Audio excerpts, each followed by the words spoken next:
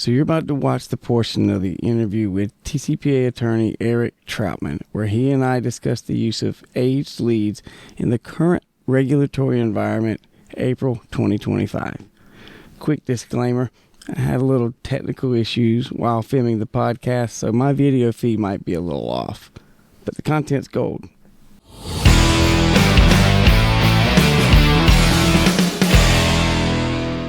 I sent out an email basically putting out the opportunity for those in the list to submit some questions, like what question could you have for Eric? And you know what's overwhelmingly the response to deal with aged leads.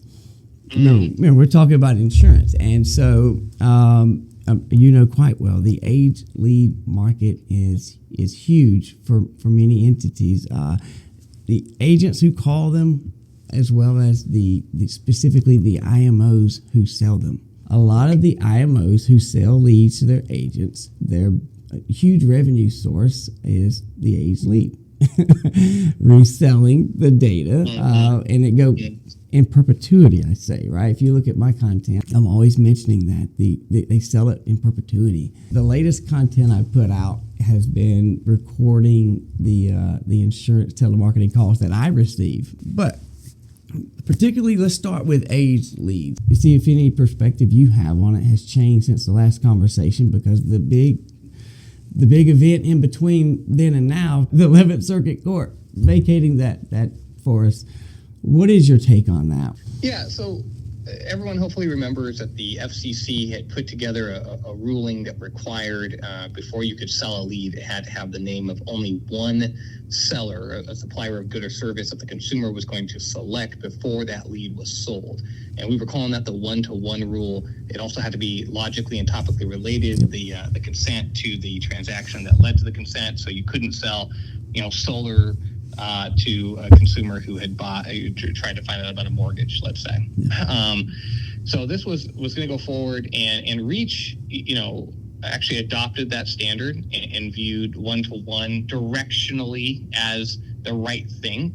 I think everyone had concerns, me as much as anyone else, about the way it was written, about the scope of the rule and how it was going to apply, particularly to small business. And there was definitely some things that should have been fixed, but directionally, I think Reach's position was this was good. It would drive up the cost of leads to some degree, but the leads would be more valuable. CPA should stay about the same.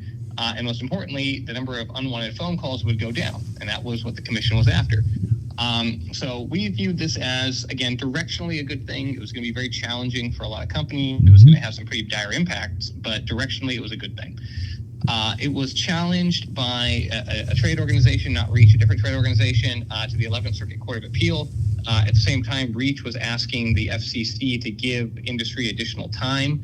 The two events kind of collided at the same time, and the ruling was set to go into effect on January 27th, 2025.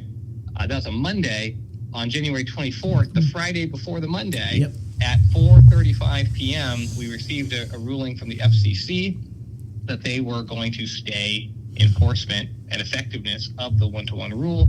And 20 minutes later, at 4:55 p.m. Eastern, on the day before the rule was set to go into effect, the 11th Circuit Court of Appeal comes out and strikes down the rule completely, which was a very unlikely event, very unlikely. And the ruling is a phenomenally interesting ruling for those of you who are attorneys and who are interested in kind of understanding how the law works. The 11th Circuit Court of Appeal basically turned everything that we knew about how agency action is to be interpreted and just kind of flipped it on its head and essentially said, no agency, you have no power to issue rules that conflict in any way with how the courts have interpreted terms. And it's fascinating because that is literally the exact opposite of the way most courts have looked at the issue. But there had been some changes in the law, right? Something called Chevron deference has gone away. And as a result, the 11th Circuit Court of Appeal felt free to do what it otherwise probably would not have done. Now, since that ruling came out on January 24th, a couple of interesting things have happened. A couple of very big trade organizations on the consumer side, particularly the NCLC, the National Consumer Law Center, have tried to come into the lawsuit and tried to get the 11th Circuit Court of Appeal to overturn itself by getting more judges involved. very interesting. I didn't know Very this. very unlikely for them to win this. However, 28 state AGs, attorneys general of all these 28 states have come in and submitted a brief saying, yeah, we agree, 11th Circuit, you should reverse yourself. So it's I didn't know really about any of this, by the way. Yeah, I didn't. this is all that's on TCPA World. You got to follow TCPAWorld.com, baby. And so this is happening right now in real time. I do not expect that the 11th Circuit will reverse itself, but it's just interesting that they are being asked to do so right now. So that is the saga of one-to-one. So where does that leave us with aged leads, right? Aged leads today, just like aged leads yesterday, are very dangerous. They are, in my opinion, not something that anyone should be dabbling with. You should not take on risk. If you're buying aged leads, you're not buying a prospect. You're not buying somebody who's actually interested in your product. You're just buying someone who's probably going to sue you for your call. Now, if it is a real consumer who really gave consent and your name is on the form and they haven't revoked the consent, is it technically legal? Probably. But I'm telling you, it's going to lead to a lawsuit. It so often does, right? Now, the good news is that today, if you want to buy an aged lead, even though I just told you probably shouldn't, you can, right? There's at least a lane for those things to be legal, right? If all the boxes are checked and it's done right. Had the one-to-one rule come in, aged leads would effectively be dead unless you just happen to be the one company that was named on a single entity form, but single entity forms don't exist, right? So essentially the concept of an aged lead would have been dead had one-to-one become effective. But because it's not, you've got an opportunity, if you want to call it an opportunity, to buy yourself some risk and get yourself some aged leads. Is this manually dialed? This is where a lot of it comes in. I wrote down a sample question over here because this is where a lot of agents have questions. If I'm just manually dialing someone, am I ever at risk? Because, I'm not using the automated technologies, and the TCPA law specifically lists the AI voices, the automated dialers, and the other pre-recorded voices, right? So long as you're not doing one of those three manually dialing, how does that play in?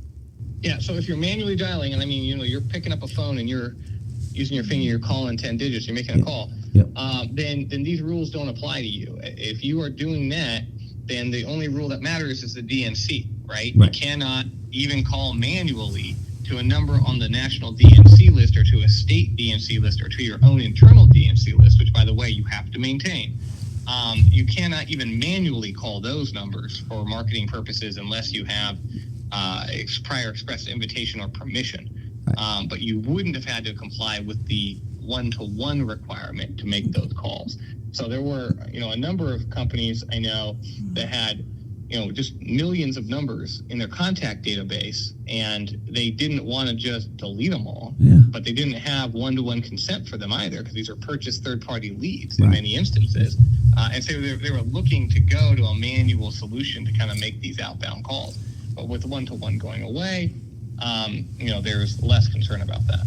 Right, so long as you're not dropping them in that auto dialer and it's spitting out all these phone calls, and I've got my opinions on that. I'll share that in a second too, because that's going to come in when I talk about my recordings. If I'm manually dialing, do I have anything to worry about? That's kind of the answer is yes. You have to worry about the DNC, right? You always have to worry about that DNC, and I'm telling you, at least half the cases I see are DNC cases, right? People are still they love to bring those cases because 70% of people are on that DNC list, right? So you got to be real careful. Just because you're manually dialing doesn't mean you're safe.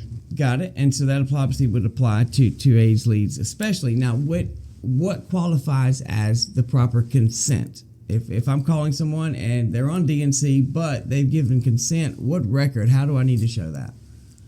Yeah, so if they're on the DNC, right, then you have to have what's called prior express invitation or permission. That has to be to your company, right? So if you're, Bob's independent agency, Bob's independent agency has to be on the form, right? Like you have to be the company that was asked to contact. You have to have that copy? So you have to be able to show that copy, right? You got to have something. Yeah, and if you're buying a third-party aged lead, you got to have the TRNIA, the trusted prospect, trusted form, right? You got to have something in your possession that you'll be able to prove, hey, look, this is valid consent, right? Yeah. And, many times you're going to want to, of course, have consent come in first party, right, on your own website or on a form that, somebody comes into your office and fills out a form and gives you their phone number or something. I'm not sure if that happens anymore these days, but whatever your process is to obtain leads, you're going to want to make sure that these people are providing you with an inquiry, if not with prior invitation or permission to make those outbound calls.